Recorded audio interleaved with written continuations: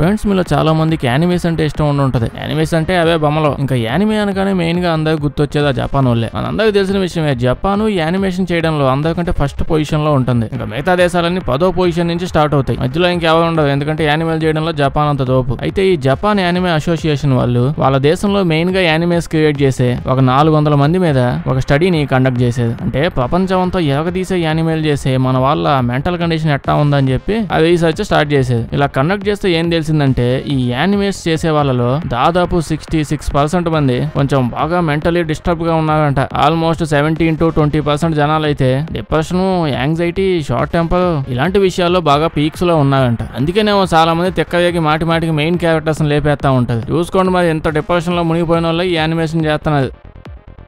Friends ఇప్పుడు మనం Japan నుంచి సౌత్ కొరియాకి వెళ్ళిపోదాం. ఇలా చాలా మంది కనిపించుండొచ్చు, వద్దుగా బాబు ఆ సౌత్ కొరియా వాళ్ళు ఇండియా వాళ్ళని సరిగ్గా ట్రీట్ చేయట్లేదు అని చెప్పి. అంటే నిజానికి చాలా చోట్ల అలా అవుతుంది అనుకోండి. కానీ మీకు తెలుసా, ఇదే సౌత్ కొరియా వాళ్ళు డాక్టర్ రంగనాథ్ అనే ఒక ఇండియన్ ని ఒక పెద్ద హీరోలా చూస్తుంటారని. మేబీ అతను అక్కడే పుట్టి వాళ్ళ కోసం ఏదైనా చేశారు అనుకోకండి. అతను ఒక ఇండియాలోని ఫస్ట్ పారాట్రూపర్. అంటే అది స్టార్ట్ చేసినప్పుడు ఇండియాలో స్టార్టింగ్ నుంచి అతనే ఉన్నాడు. అంటే అది పారాషూట్లు వేసుకుని వేరే దేశాల్లో యుద్ధ సమయాల్లో వాటి టైంలో సప్లై చేస్తూ ఉంటారు. అదొక సపరేట్ మిలిటరీ డిపార్ట్మెంట్, దానికి సంబంధించిన వ్యక్తి. అయితే ఇక్కడ మనకి ఇండియా పాకిస్తాన్ లాగో అక్కడ చూసుకుంటే ఆ సౌత్ కొరియా నార్త్ కొరియా వాళ్ళు కూడా అలాగే కొట్టుకొని చేస్తుంటారు. సో ఈ విధంగా 1950లో వీళ్ళిద్దరి మధ్య గొడవ స్టార్ట్ అయింది. ఇలా యుద్ధాలు స్టార్ట్ అయ్యాయి. ఇండియా సౌత్ కొరియా వాళ్ళకి ఆకాశంలో నుంచి పారాషూట్ అంబులెన్స్ యూనిట్స్ ని పంపించారు. అయితే డాక్టర్ రంగరాజు గారు ఈ మిషన్ మొత్తాన్ని ఆపరేట్ చేశారు ఇండియా సైడ్ నుంచి ఆ సౌత్ కొరియా వాళ్ళకి హెల్ప్ చేయడానికి. ఈ అమెరికా వాళ్ళు ఏమో చైనా వాళ్ళని ట్రాప్ చేయడానికి వాళ్ళ యుద్ధ ప్రొసీజర్స్ ఏవో ఫాలో అవుతూ ఉన్నారు. మధ్యలో అటు ఇటు కాకుండా ఈ అమెరికా వాడు ఎందుకు వచ్చాడు అంటే, మనం మాట్లాడుతుంది పప్పు పొంగలి పులిహోర గురించి కాదు. ఎక్కడన్నా యుద్ధం వస్తుందంటే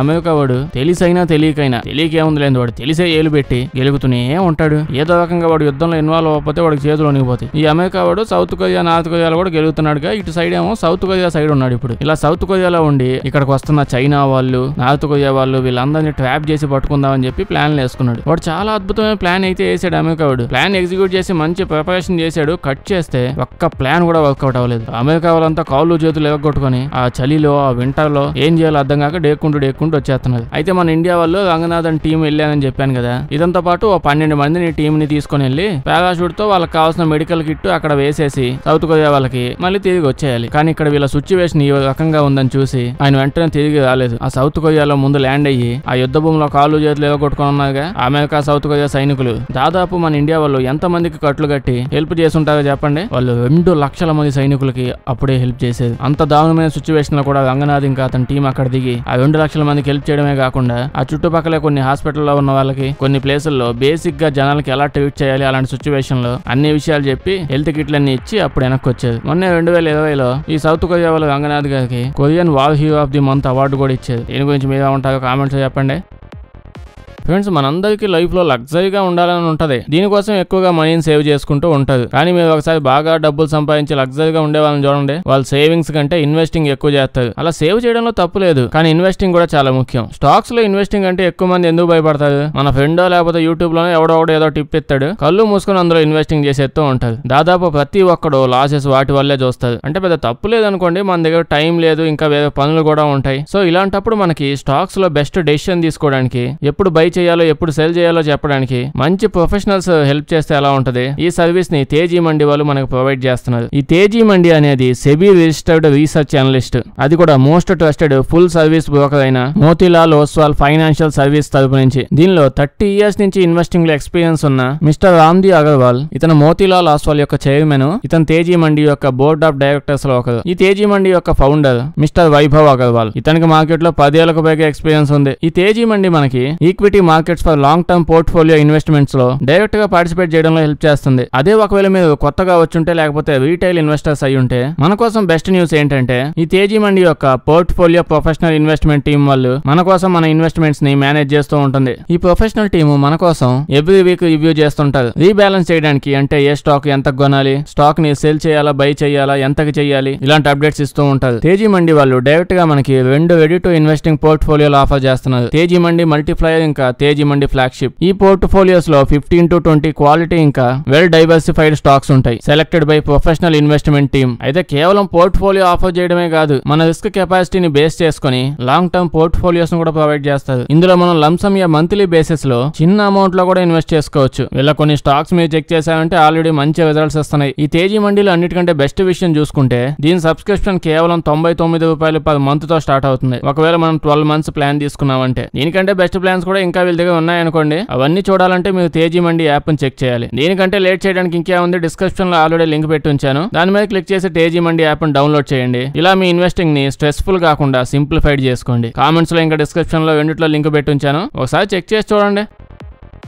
ఫ్రెండ్స్, చైనాలో బేటా వోల్ట్ అని ఒక స్టార్ట్అప్ స్టార్ట్ అయింది. అంటే 5 సంవత్సరాల క్రితం అనుకోండి. వాళ్ళు అప్పటి నుంచి ఇప్పటిదాకా చాలా కష్టపడి ఒక్క బ్యాటరీని తయారు చేసేది. ఏముందో అంతెందుకు కష్టపడ్డాడు అంటే, ఆ బ్యాటరీని కానీ మనం ఒక్కసారి వాడటం మొదలు పెట్టామనుకోండి, దాన్ని 50 సంవత్సరాల పాటు అలా వాడుతూనే ఉండొచ్చంట. ఛార్జింగ్ పెట్టడం, ఎండలో ఎండ పెట్టడం, రిమోట్లు వేసి కొట్టడం, వాడే కొద్ది ఇలాంటి పనులు చేయాల్సిన అవసరమే లేదు. కంటిన్యూస్ గా 50 సంవత్సరాల పాటు అది అలా పనిచేస్తూనే ఉంటదంట. దీనికి సంబంధించిన ఒక ప్రోటోటైప్ ను రిలీజ్ చేశారు. ఆ లెక్కన ఆ బ్యాటరీ పుచ్చకాయ అంత ఉండేది కదా అని చెప్పి అనుకోకండి. ఆ బ్యాటరీ నిజానికి 5 రూపాయల బిల్ అంతే ఉంటదంట. దాంతో పాటు ఇంకో విషయం ఏంటంటే, ఇది కానీ పాడైపోయింది అనుకోండి, ఆ తర్వాత దాని నుంచి హార్మ్ఫుల్ గ్యాసెస్ గానీ ఇలా మామూలుగా బ్యాటరీస్ పాడైపోతే అందులో నుంచి ఎన్విరాన్మెంట్ పాడు చేసే ఎలిమెంట్స్ అన్ని బయటకు వస్తుంటాయి కదా, ఆ టైప్ లో ఏమీ బయటకు రాకుండా ఇది ఎక్కువ ఫ్రెండ్లీగా ఉంటదని చెప్పి చెప్తున్నారు. ఒకసారి వాడడం స్టార్ట్ చేస్తే 50 ఏళ్ళు వాడుకోవచ్చు అని చెప్పారు. అలాంటప్పుడు దాన్ని పడేసేది ఎవడు అసలు? దాన్ని కొన్నోడు ఎలాగో జీవితాంతం పోయేదాకా వాడుతూనే ఉంటాడు. ఇంకా సో పోయిన తర్వాత వాడితో పాటు కప్పెడితే అయిపోద్ది ఆ బ్యాటరీని కూడా. మరి దీన్ని ఎందులో వాడుకోవచ్చు అంటే, ఎందులైనా వాడుకోవచ్చు అంట. ప్రోటోటైప్ రిలీజ్ చేశారు అంతే ప్రస్తుతానికి అయితే. తర్వాత అయితే ఫోన్ లో గానీ బ్యాటరీ పెట్టే ప్రతి దాంట్లో దీన్ని యూజ్ చేసుకోవచ్చు. అంటే ప్రతి ఎలక్ట్రానిక్ సిస్టమ్, చార్జర్ కంపెనీ వాళ్ళు ఇంకా నెత్తి మీద తుండు కొట్టేసుకోవాలేమో అనుకుంటున్నారా? విషయం ఏంటంటే, ఈ కంపెనీ వాళ్ళు ఇదంతా సేఫ్ గా తర్వాత మీరు హ్యాపీగా వాడుకోవచ్చు. ప్రజెంట్ ప్రోటోటైప్ రిలీజ్ చేస్తాం, ఇంకొన్ని నెలల్లో కంప్లీట్ గా మార్కెట్ లో రిలీజ్ చేయబోతున్నాం అని చెప్పి వీళ్ళైతే చెప్తున్నారు. కాకపోతే దీని మీద ఏం న్యూస్లు వస్తున్నాయంటే,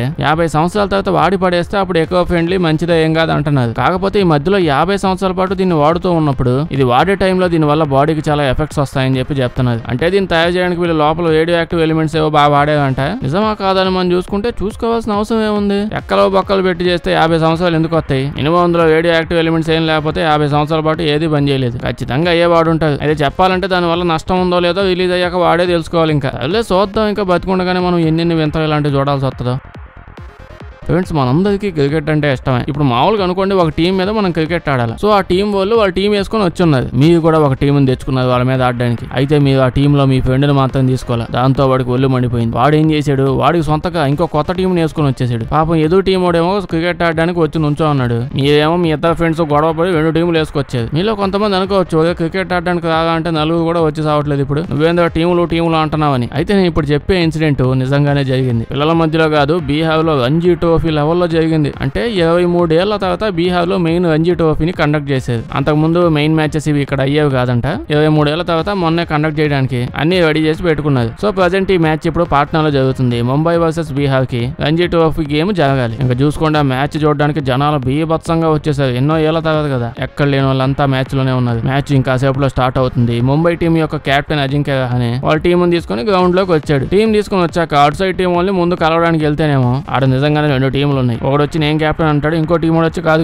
నేను కెప్టెన్ అంటాడు. ఒకడు వచ్చి నేను వైస్ కెప్టెన్, ఇంకోటి వచ్చి కాదు నేను వైస్ కెప్టెన్ అంటాడు. అజింక్య రహానికి పాపం ఏం ఎక్కలా. ఇదేందో బాబు, చిన్నప్పుడు గల్లీ క్రికెట్ లో ఆడేటప్పుడు కూడా ఈ రేంజ్ ప్రాబ్లం నేను ఎప్పుడు ఫేస్ చేయలేదు. ఇది ఇక్కడ ఏం జరుగుతుందని అజింక్య రహానే ఆలోచిస్తూ వెనక్కి వెళ్ళిపోయాడు. నిజానికి అక్కడ ఏం జరిగిందంటే, ఆ బీహార్ క్రికెట్ అసోసియేషన్ ఉంది కదా, వాళ్ళ ప్రెసిడెంట్ రంజీ ట్రోఫీ కోసం మెయిన్ టీం ని అతను తీసుకొని వచ్చాడు. అయితే అదే బీహార్ క్రికెట్ అసోసియేషన్ యొక్క సెక్రటరీకి ఆ టీం అస్సలు నచ్చలేదు. దాంతో ప్రెసిడెంట్, నువ్వెవడో టీం తీసుకుని రావడానికి, ఆ టీం ఏందో అందరూ అట్టున్నారు, నేను అసలైన టీం తెస్తాను అని చెప్పి ఈ సెక్రటరీ కూడా ఇంకో టీం వేసుకొని వచ్చేసాడు. ఇంకిద్దరు అక్కడే కొట్టుకోవడం స్టార్ట్ చేశారు. మా టీంతో అంటే మా టీంతోనే ఆడాలి అని చెప్పి. అలా గొడవ పెద్దదయ్యే కొద్దీ అక్కడికి పోలీసులు వచ్చేసారు. చాలా సేపు డిస్కషన్ జరిగింది. అయితే ఎంతైనా ప్రెసిడెంటే కదా, ప్రెసిడెంట్ చెప్పినట్టే జరగాలి. ఒక క్రికెట్ బోర్డు అసోసియేషన్ లో సో సెక్రటరీని ఇంకా వాళ్ళ టీం మొత్తాన్ని వ్యాన్ లోకి ఎక్కించి తీసుకుని వెళ్ళిపోయారు. ఒక పక్క ముంబై టీం వాళ్ళేమో బెట్లు వేసుకుంటూ చూస్తూ ఉన్నారు, ఏ టీం వచ్చిద్దా, ఎవరితో ఆడతామా అని. మొత్తానికి ప్రెసిడెంట్ ఇచ్చిన టీం తోనే ఆడామనుకోండి. క్రికెట్ మ్యాచ్ చూద్దామని వచ్చిన వాళ్ళందరికీ క్రికెట్ తో పాటు బిగ్ బాస్ షో కూడా దొరికేసింది. సో అందరూ చెప్తున్నట్టు నిజంగానే బీహార్ అనేది బిగినర్స్ కోసం కాదైతే, అది సామాన్యపు నామమాత్రపు ప్రజలకు అర్థం కాదు.